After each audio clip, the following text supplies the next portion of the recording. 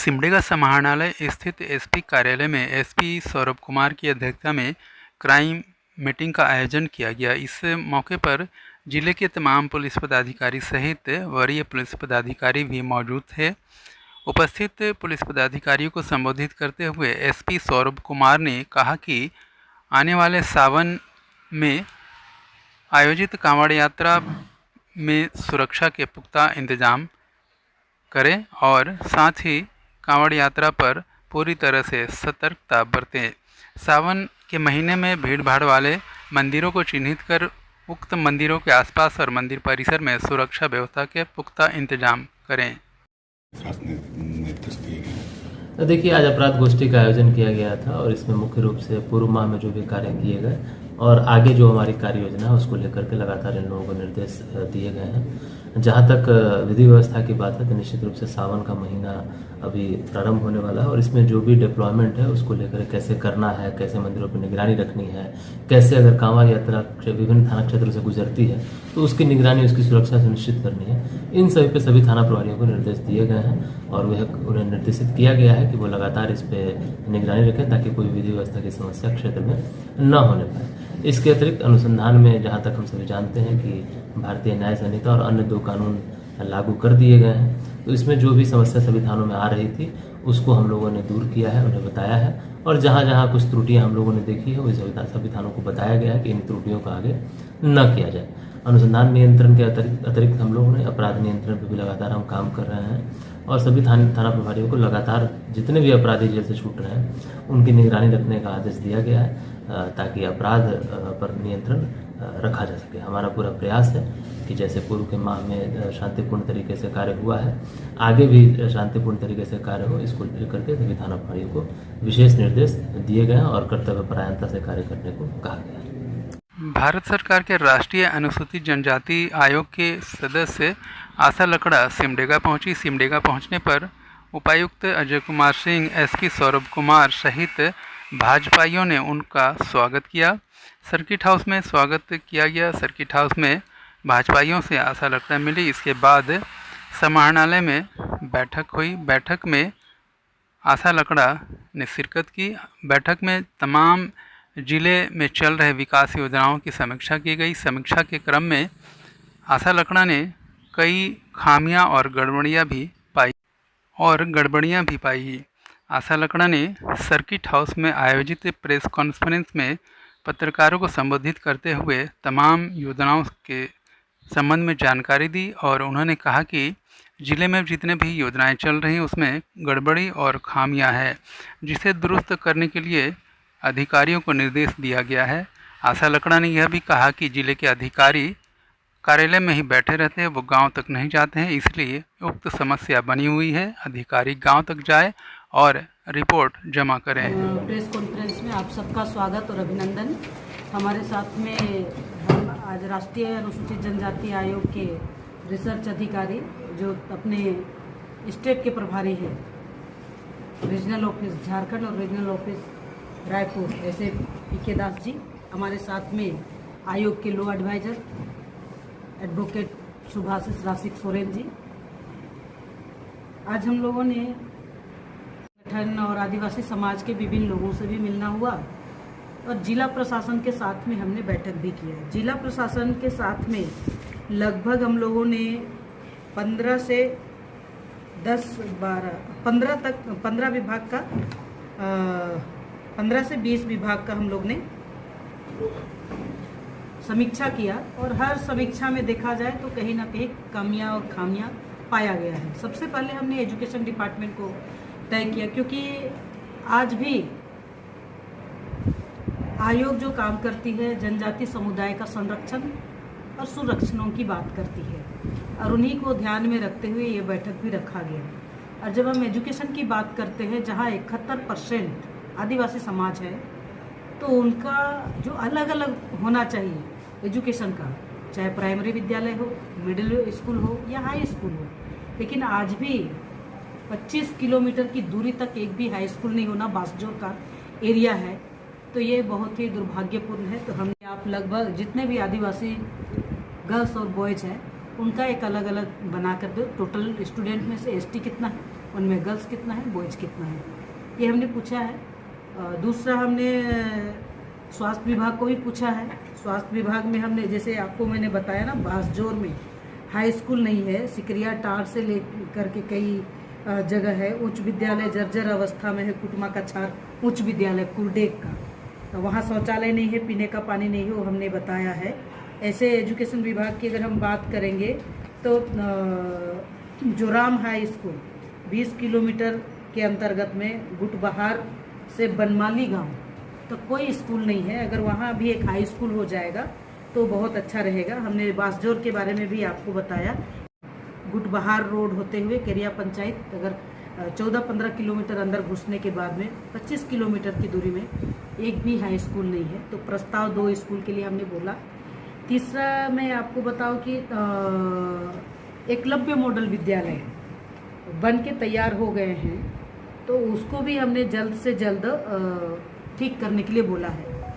विशेषकर गांव में लोगों को पीने की पानी की असुविधा होती है, तो हमने कहा जल्द से जल्द पीने की पानी का व्यवस्था, जहाँ जहाँ आज भी बोरिंग नहीं हो पाए हैं, चापानल नहीं है, वहाँ पर चापानल पहुँचाइए। जैसे उदाहरण के लिए सिमडेगा में तमड़ा पंचायत है, तमड़ा पंचायत का महादान टोली है। महादान टोली में कम से कम खड़िया समाज का 45 परिवार है, साथ में टाना भगत भी है। उनके लिए ना रोड है जाने का, ना पीने का पानी है। इस विषय को हमने बताया। पीने का पानी की जो व्यवस्था है वो 17 करोड़ का योजना तो बन गई है, लेकिन अभी तक लोगों को पानी मुहैया नहीं हो पाया है। और उसी तरह से बिजली की अगर हम बात करते हैं तो बिजली आपूर्ति तो कर रहे हैं, दिन में मिलती है, रात में नहीं मिलती है।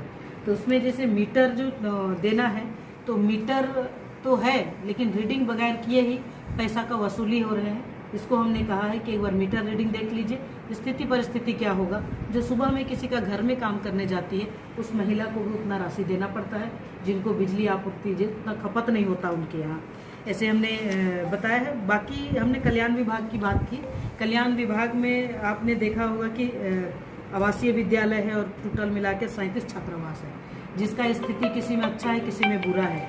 जैसे उदाहरण के लिए अगर हम बात करेंगे एजुकेशन डिपार्टमेंट में, तो कस्तूरबा बालिका विद्यालय कुरडेग और किरसई, आज भी वहाँ का जो भवन है वो जर्जर अवस्था में है। स्टूडेंट 250 से 300 लोग हैं।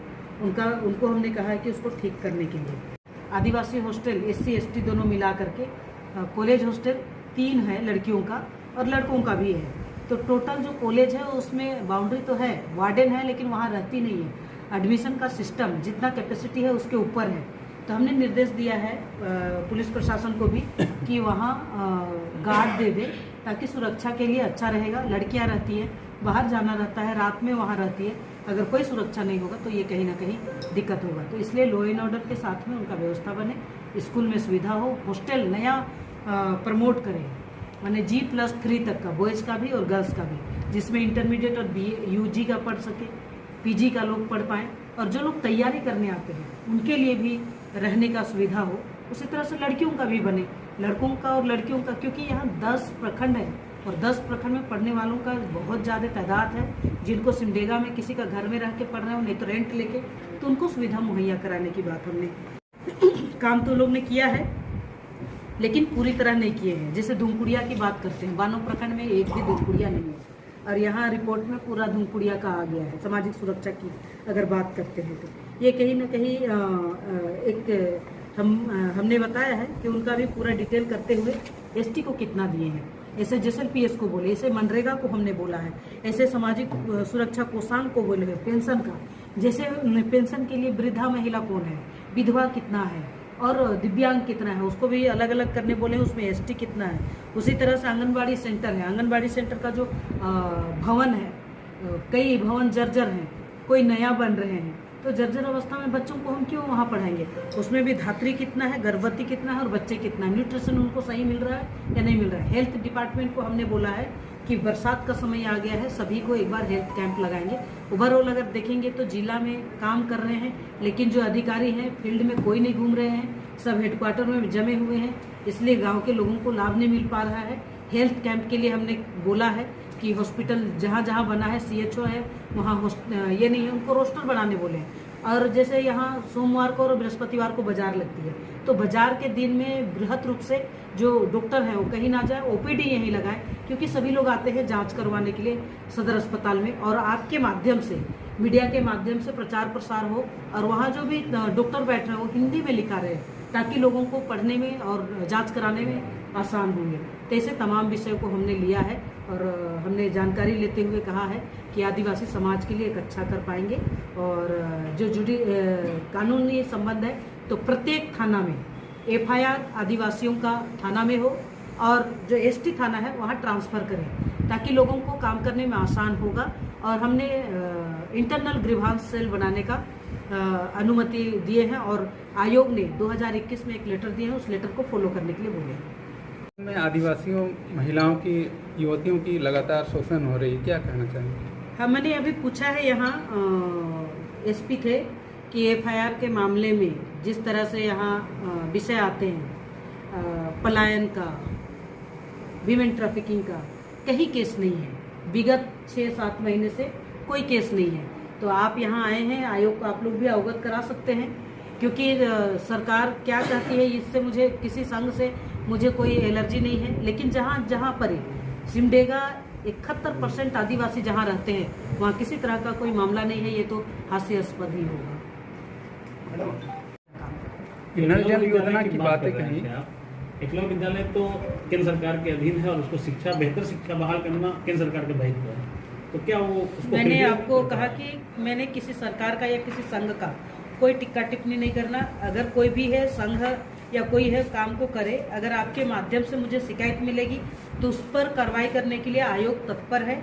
मैंने आपको पहले ही बताया कि यहाँ एकलव्य मॉडल विद्यालय बन गए हैं, टीचर भी राज्य सरकार के माध्यम से हो गए, ऐसा मुझे कल्याण विभाग ने बताया है। हाँ, एडमिशन शुरू नहीं हुए हैं, तो जल्द से जल्द एडमिशन शुरू करे और वहाँ शिक्षा बहाल करे, बस मेरा इतना। आपने कहा बानो प्रखंड निर्माण हुआ ही नहीं, पेपर में, रिपोर्ट में आपने कहा कि दिखाया गया नहीं, पेपर में दिखाया गया कि सभी ब्लॉक में चला गया है। हाँ, वही बोल, लेकिन हमने बताया कि बानो में नहीं गया है, तो उसको आप जरूर तो ये मतलब गलत रिपोर्ट, भ्रमित करने का रिपोर्ट है ना वो आपको। देखिए, इसीलिए हम तो समन्वय बनाना चाहते हैं, और हमारा काम है कि गरीब व्यक्ति, आदिवासी समाज को उन तक अपने मूलभूत सुविधा पहुंच पाए, इसके लिए आयोग काम करती है। फरमान करे, देखे और रिपोर्ट आयोग को भेजेंगे 10 दिन के अंदर। मैंने रिपोर्ट भी आदिवासियों की सुविधा के मद्देनजर सरकार ने ST/SC थाना की व्यवस्था की है, लेकिन आप कह रहे हैं कि सभी थाना में एफआईआर हो और आप उस केस को ट्रांसफर ST/SC थाना में करें। भाई साहब, आपको आदिवासी के बारे में मालूम नहीं होगा, इसलिए। ये नल जल योजना की बातें कही आपने, लगातार गांव में नल जल योजना फेल होने की शिकायतें आ रही, क्या कहना चाहेंगे? देखिए, इसीलिए आयोग आई है बैठक करने के लिए। जो योजना गांव तक नहीं पहुंची है उसको गांव तक पहुंचाने के लिए हमने निर्देश दिया है। कोई भी छूट गए हैं उसको हमने बोले हैं कि उसको सिलसिलेवार एक बनाते हुए, कौन सा आदिवासी गांव है हर पंचायत में, उनको वहां तक पहुंचाए। इसलिए BDO CO सभी आए थे बैठक में, और उनको जो जिम्मेदारी है वहां तक पहुंचाएंगे। नहीं तो हमारा जनप्रतिनिधि है, आंगनबाड़ी सेविका है, और उस एरिया में ग्राम सभा करके लाभ योजना लेकर के आए और उनको लाभ पहुंचे। मैंने 25 किलोमीटर की बात की बासजोर का, जहाँ स्कूल नहीं है। अगर आदिवासी समाज का हित की बात नहीं होती तो आयोग नहीं, आयोग संरक्षण और सुरक्षण करता। प्रतिबंधित मवेशी काटे जाने को लेकर किरसई में तनाव देखा गया। किरसई प्रखंड मुख्यालय स्थित एक गांव में प्रतिबंधित मवेशियों को कुछ लोगों के द्वारा काटा गया, उसके बाद उसके मांस को बेचा जा रहा था। इस घटना की सूचना कुछ लोगों को मिली, पुलिस को सूचना दी गई। पुलिस ने इस मामले में त्वरित कार्रवाई करने की बात कही। इधर उक्त घटना को लेकर किरसई के लोगों में आक्रोश व्याप्त हो गया। किरसई के लोगों ने कार्रवाई करने की मांग को लेकर किरसई बाजार पूरी तरह से बंद रखा, साथ ही पुलिस प्रशासन से त्वरित कार्रवाई करने की मांग की। स्थिति की गंभीरता को देखते हुए पुलिस ने त्वरित कार्रवाई करते हुए उक्त मामले में 4 लोगों को पूछताछ के लिए हिरासत में लिया है। इधर घटना को लेकर काफ़ी संख्या में किरसई में पुलिस बल को तैनात किया गया है, ताकि विधि व्यवस्था की समस्या उत्पन्न न हो सके। सिमडेगा जिला मुख्यालय स्थित नियोजनालय कार्यालय परिसर में रोजगार मेला का आयोजन किया गया। रोजगार मेले में लगभग आधा दर्जन से भी ज़्यादा कंपनियों के लोग प्रतिनिधि उपस्थित हुए। विभिन्न कंपनियों के द्वारा रोजगार मेला में आने वाले युवक युवतियों को रोजगार से संबंधित जानकारी दी। साथ ही विभिन्न कंपनियों द्वारा लगाए गए स्टॉल पर रोजगार मुहैया कराने हेतु युवक युवतियों को जागरूक किया गया। साथ ही कंपनी के बारे में और वेतनमान के बारे में विस्तृत जानकारी दी गई। इस मामले में नियोजनालय पदाधिकारी मक्सिमा लकड़ा ने भी बताया कि समय समय पर युवक युवतियों को रोजगार मुहैया कराने के उद्देश्य से रोजगार मेला का आयोजन किया जाता रहा है। किस कंपनी से आए हैं आप? डिलीवरी लिमिटेड से आए हैं। कुरियर लॉजिस्टिक कंपनी है। क्या उद्देश्य क्या है इसे? डिलीवरी बॉय का जॉब के लिए हम आए हुए हैं यहाँ अपने सिमडेगा में और पूरे झारखंड में। राइडर जो होते हैं डिलीवरी बॉय, कुरियर बॉय जो होम टू होम डिलीवरी पहुँचाते हैं, तो उसका हायरिंग है। बाइक और मोबाइल होना चाहिए और 10th पास कम से कम होना चाहिए। इंग्लिश पढ़ना आना चाहिए राइडर को। सैलरी जो है 11,000 CTC, 11,900 कुछ रुपया CTC है। उसके अलावा फ्यूल का पैसा हम लोग अलग देते हैं, 3 रुपया 21 पैसा पर किलोमीटर के हिसाब से। और इंसेंटिव भी बहुत सारा है, जैसे अटेंडेंस बोनस है, ज्वाइनिंग बोनस है, वगैरह वगैरह बहुत सारा इंसेंटिव भी है। कितने लोग आए हैं अभी तक आपके पास? हमारे पास अभी 6-7 लोग आए हैं जो इंटरेस्टेड नज़र आ रहे हैं। अभी बोले हैं फिर से और भी जगह घूम रहे हैं, फिर से आके मिलेंगे।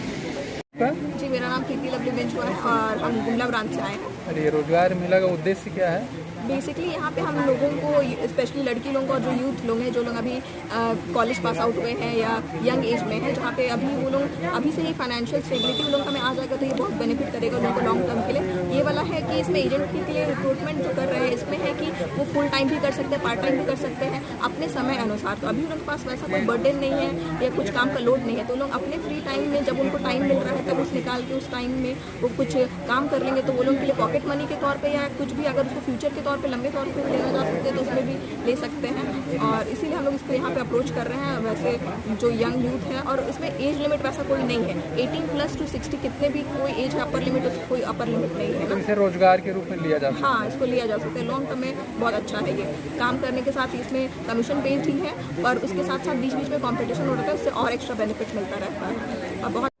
मैडम, आज रोजगार मेला का आयोजन किया गया है, क्या है इसका उद्देश्य? ये जो रोजगार मेला है, ये श्रम नियोजन प्रशिक्षण विभाग के नियोजन विंग के द्वारा प्रायः हर साल लगाया जाता रहा था। अभी इसकी फ्रिक्वेंसी बढ़ गई है, तो हम लोग जैसे वैकेंसी हमारे पास कलेक्ट होती है उसी हिसाब से हम लोग लगातार करते रहते हैं।